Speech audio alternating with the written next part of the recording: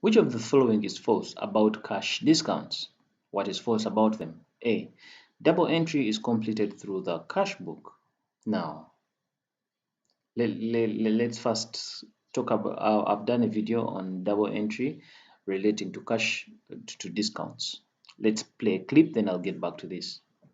On second, Mwebaze pays us by check after deducting $3 as cash discount.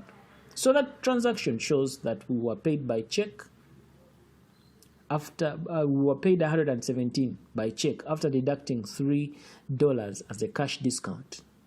Now, being paid by check means that this amount of money was paid in the bank. Like I had mentioned in our previous session, whether money is paid by cash or in the bank, as long as there is an element of discount that is associated with the transaction, we regard it as a cash discount. So when we are paid by check, of course, it means that the amount of money in the bank has increased. So because the amount of money in the bank has increased, we go ahead and debit the bank account. That is, we debit the cash book by posting 117 in the bank column. And definitely the other item that has been affected is Mwebaze, the one that has paid us, and this took place on the 1st of May.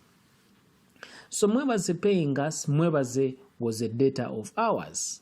So we go to the sales ledger to look for Mwebaze's account.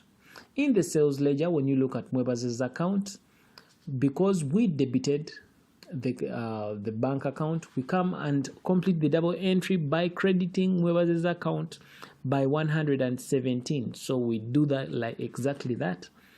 The other item affected is bank, and the bank account we're talking about here is found in the cash book on page 1 of the cash book, and this took place on that date. Now that we have established that data Mwebaze account is on page 1 of the sales ledger, we go ahead and fill the folio column by putting SL1. SL meaning this Mwebaze account is found in the sales ledger on page 1. Now remember, when Mwebaze was paying us, we allowed a discount of $3. So that discount of $3 is put in the discounts allowed column. So we go ahead and post $3, though that's the discount that was allowed when Mwebaze was paying us. In other words, Mwebaze paid us less the discounts allowed.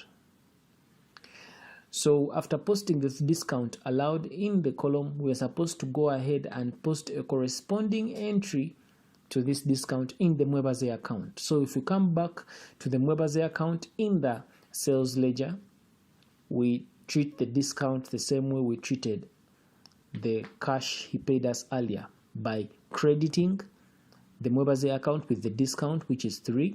The other item affected is definitely the discount, and this is found in the cash book on page 1, and this took place on the same date, on the 2nd of May. So from the clip, you're able to see that the double entry, when we say that double entry is completed through the cash book, that is not correct. I mean, they're asking which of the following is false about cash discounts. This is false. When it comes to these cash discounts, it's not completed in the cash book.